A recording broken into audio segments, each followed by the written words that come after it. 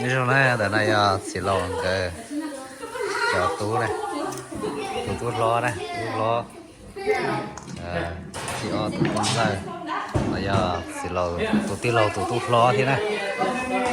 lo rong rau thế xe cơ này xì lò là bé cái tí này xì lò là cứ giờ chống cơ này là chế mà nó của tôi này chế tua so chế này cô giờ lọ quấy cho gai cái gì cá cơn cầu đi thế cho nó giờ cho gai hoàng bùa thì ấy tôi đang ở Charlie cho phá cái quán nào hậu này và tôi gì cá hẹn này sai pe chỉ năng sẽ chống lại cha sẽ lo là pe cái tí đã sẽ lấy dân chống cơ liền á nhưng mà chém lên kia là sẽ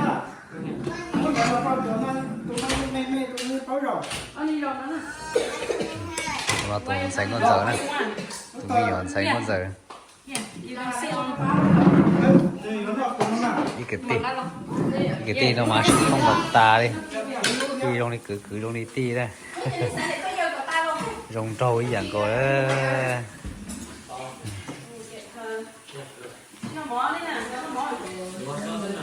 thanh này chỉ có mò cho mà đi no. You eat sausage, Brianna? What you want? You want egg? Like this? Yeah. Okay. Xịt cá hiện nè. Chỗ này là rau. Rau, chỗ này là rau. Các chị lòng rau. Đây. This is the best for you. Một cuốn cá quay dài đó. Trồng sẽ đỡ đó. Nhớ đâu sát cầu tê và khen nó trên trong này tìm lo được trở đó. Nó cô thông cái lịch tìm lo theo. Nếu mà to trong hộp bể mua khua mua và nằm mua nung trong hàng mua bò tê mua đại mua ma để xí mà chỉ mua chó nè. Này giờ ilu tới chờ và nhớ tàu bắn nọ thì nhớ tàu to xe hàng.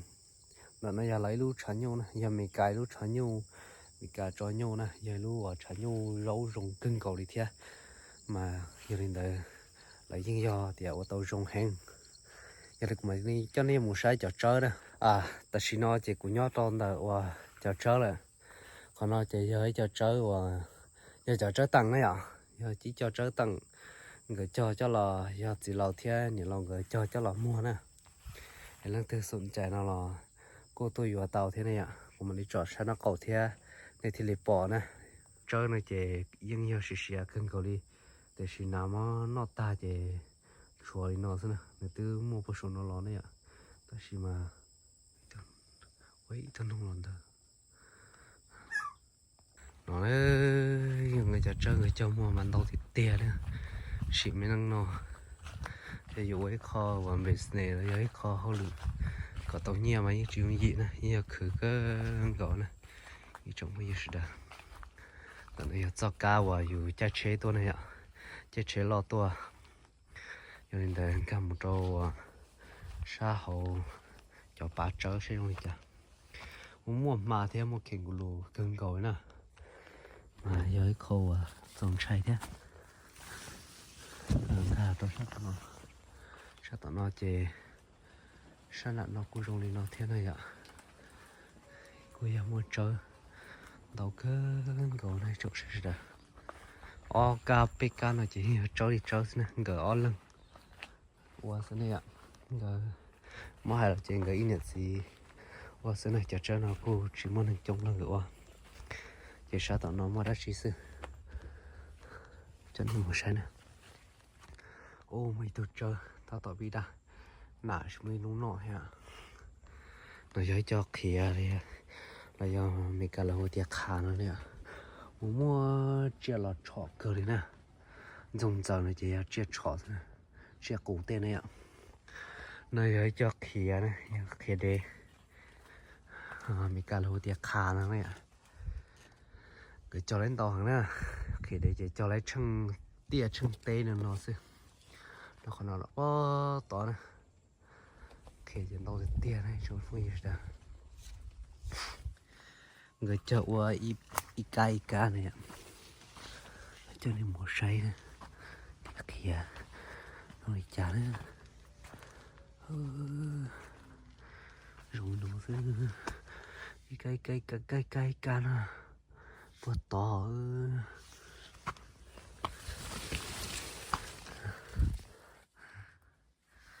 ô sao không nó mà trộn tí sự khiến nó tiêu nó có béo đi chúng yêu nó bố bê nó to điều là một xe kia tại ra nó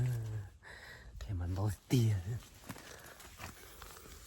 lo bọc kia chỉ trong nó nữa tự nó nó tia xỉ hả xỉ sự sẽ bắn đồ này ạ câu người hiểu dùng câu thì tia ta có bông đó chẳng chỉ dễ mua chia là mua nọ đâu thì tia nữa chẳng cả là bún đá rồi đi hàng qua cần có đó chỉ mấy gì nữa cái yếu mua nhẹ mua chia chỉ dùng gì này cho quý sự đó khâu khử cơn cầu đi đâu thì tia đi à sao từ đó kia đi kia mình đâu tia ôi tập rồi xuống nó mà cá sấu luôn rồi nó chế cụ trên tốt ta đi à sườn gió nó thế chế một lời thì tia nữa nó chỉ có ít tia khai đế chứ cho nó bé hồi tia khai đế cho khai đế gì đó tờ nữa chỉ biết trong cái ấu nó cho nó khai đế là cá cho trong lại để nó nó mà là cho ra gì bé cụ chỉ tao nó ngay để thế ôi yo nó tia rồi cô lọt cái này nó nữa cho nên là bé cụ yêu mù nó chỉ cậu to nữa cho nên cho chỉ cậu lá chỉ cho nên hầu bé hồi tia cho nên chỉ mắc phù này lùm lò thì chỉ mắc phù ta chỉ lùm mông kiểu hồi tia giờ chỉ mắc bo chỉ tiêu một số họ từ lò cho đặt thủ rồi chỗ sẽ đồ chẳng mà sẽ tia sẽ để kiểu nó cho nó sẽ khai trả na chỉ cá hàng na cho nó giờ lúa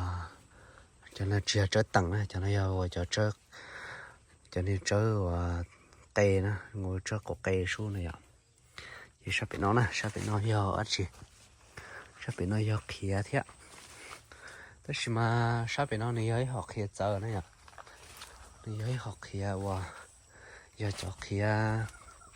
cái đá nữa học cái đá nó trên đường rong đi khâu trở này ạ cho nó này ạ cho nó ấy cho kia người cho mua thế đường rong đi cho này khâu tất nhiên mà này cho kia đá chứ xe cho nó này ạ tất nhiên là cô nhỉ cho là我sẽ phải sang cái cho là我lao ổn tên này ạ cho lấy nhiều cơ thế nào để cho đâu cái gì hôm nay tên nó lúc cha chơi nhiều nhiều đi nữa té cờ này ạ cho sáng nó chơi cho khi nhà có cho chia này ạ cho nó trực tiếp đua xí chơi sát to thì họ làm rất cho chơi chỉ mà là cho to chế này ạ chỉ cắt té chỉ mà lúa có đu đi nó cho chế chỉ có đu đi nó thế là chỉ pha này giờ chỉ đi nó chỉ cứ dùng một chiếc trong là nó này ạ cứ ấy khó ăn đâu cưng cầu lên nè sau nó hầu tí gì ta tập một cái từ lâu ta một cái mà hay tụi nó tụi ta chọn này xem tụi nó tụi lâu á cái món này là cái gì cả lo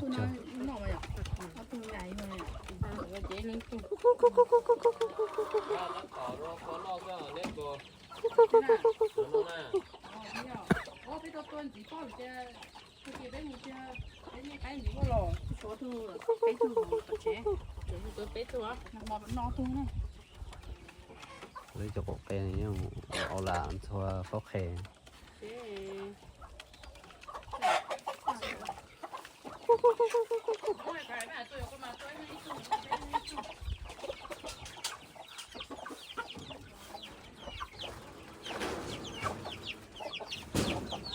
cái mà suy giờ nó muốn là tập tỏi muốn là cao biển nó cho nó nhỏ tay cái đây vô tôi cho nhiều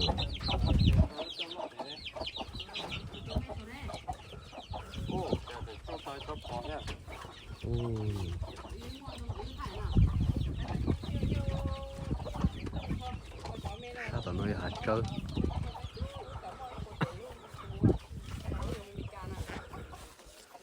cái này là gì á chị nè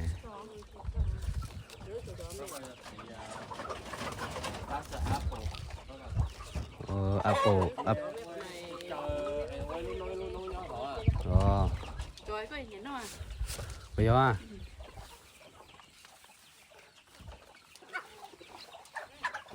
mới thay Nó hay rong gạo. Cây thế. Là giờ muốn nó cho nó cháy. tao xía nhau tao xía cho nó Rồi có sẽ là cho nó chỉ trâu chua này này. Rong gạo tái dạng như này. Như vậy. cây cầu cây Có bài mà. ai là chỉ một cô chị với chàng món nữa Không cực to. Nó ác cái. Nó xiên đây ô xiên tiêu. Bài cái thứ đó là thứ chuối. có bà cha Bài cái hay là làm đây sao? Ôi dồi, cái này nhiều.